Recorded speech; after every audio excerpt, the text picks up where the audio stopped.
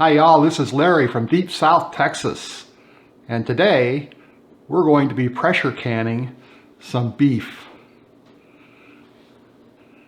Here's one I did last week. It is really pretty and really good. Home canned beef has a unique flavor and taste that just can't be beat. I want to show you how I do this. Today I'm starting out with 9.5 pounds of sirloin tip. It was about $2.70 a pound, which is pretty cheap for us down here. I mean, that's hamburger usually costs that much. Well, let's get started. Now, before we get started, I just want to let you know that I am not a food safety expert, nor am I an expert on pressure canning. I urge you to do your own research, and I will leave a link in the description to the USDA Food Preservation Guidelines. Please study it carefully. The first thing I do is boil my jars. So I have 8-pint jars in my water bath canner, which I'm just using to boil the jars with and sanitize them. This is an extra step. You wouldn't necessarily need to do this, but I do it just to be on the safe side. So we want to trim some of the fat off. There's not a lot of fat on this cut of meat, but we'll try to get some of that off. Don't really want to take it all, but it helps. It helps when you're canning not to have too much fat. And then we're going to try to trim this into 1-inch cubes.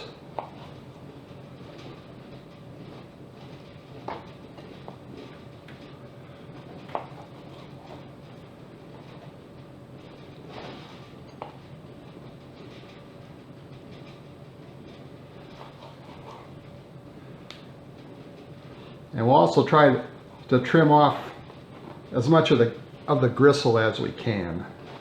It really doesn't go to waste. I cook it up for the dog, and she really enjoys it. So it's going to take a while to get this meat all trimmed up. I'll get that finished, and then we'll come back and continue with the process. And here is the meat all cut up into 1-inch cubes.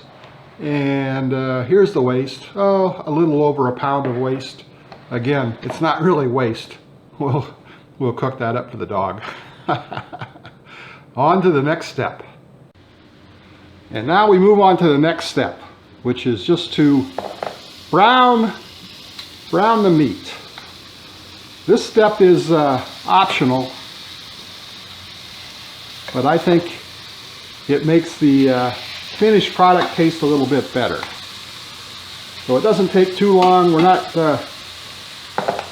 cooking the meat. We're just going to brown it. So we put it in the pan, flip it over a time or two, and then it will be ready to go in the jars. Well, our meat has been browned, and now it's time to get it in the jar.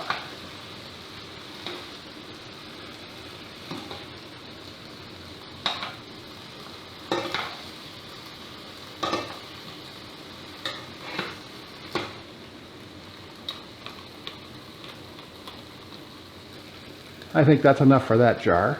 You need an inch of headspace when you're done. And one last step.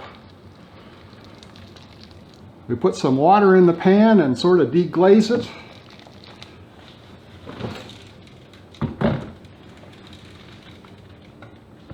And then we'll be using that to fill up our jars with.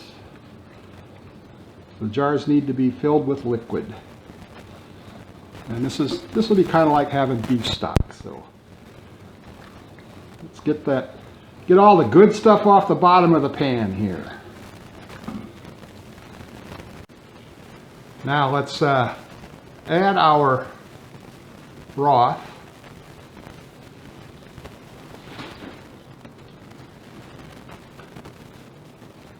To our beef. So before we get them filled all the way to the top, we're going to put in a half a teaspoon of salt, and I'm using pickling salt.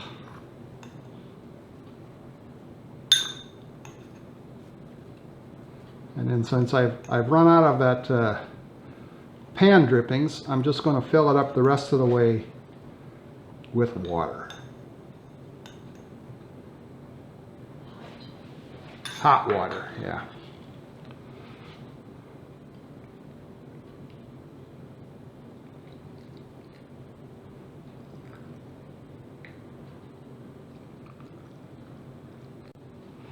Now, just run our little tool down the sides to make sure we don't have any air bubbles in the jar.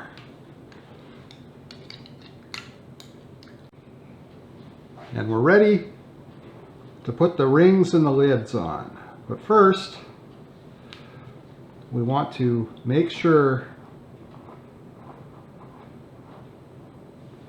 that the top of the jar is clean.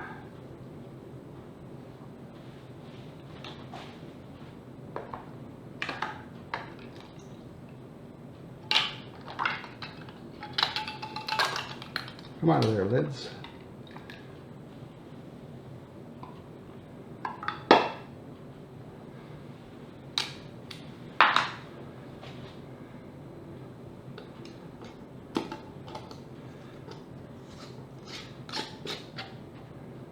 Put the ring on just finger tight. And the lids and rings are all on. These are ready to go into the pressure canner. So you want about 2 inches of water in your pressure canner. Right now I've got about 1.5 inches, but we'll put our jars in and we'll measure it and see what we have. I think I'll probably be close to 2 inches. I normally do this on the oven, though it's a little bit more difficult to film on the oven, but we can get 8 pints in here.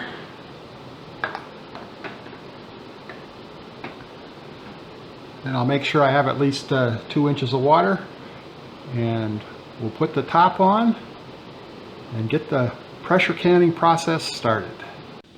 Okay, let's get the lid on and get this going. Now,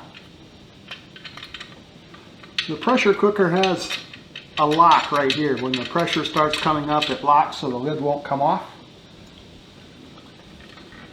And now we gotta, whoops,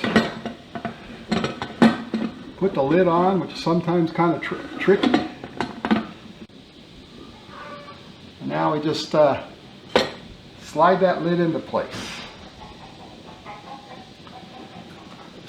Now we let it heat up, and once steam starts coming out of the top here, we wait 10 minutes and then we put our weight on.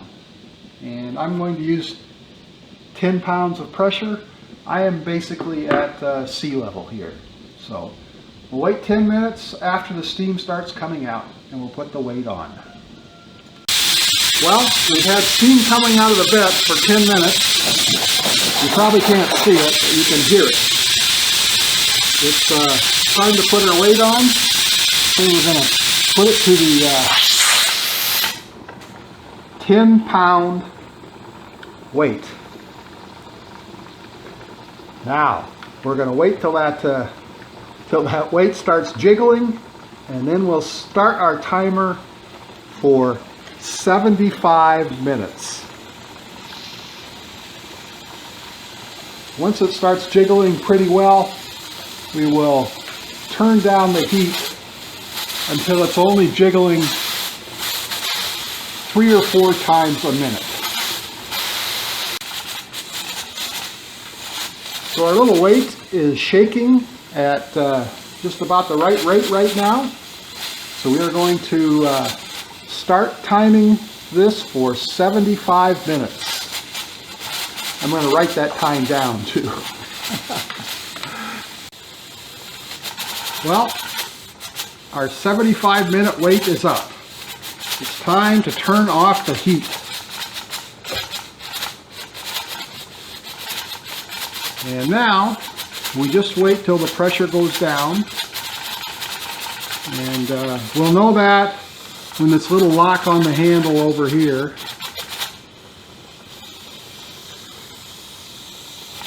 right down here pops up, then they'll tell us there's no more pressure, and then we can take the weight off and open the pressure canner. Well, the little lock underneath the handle has come down, so it's cooled off and the pressure has been reduced. So now we're going to take off the weight. And I don't hear anything coming out, but we'll let that set for a minute or two and then we'll take the lid off. Okay, let's take this lid off.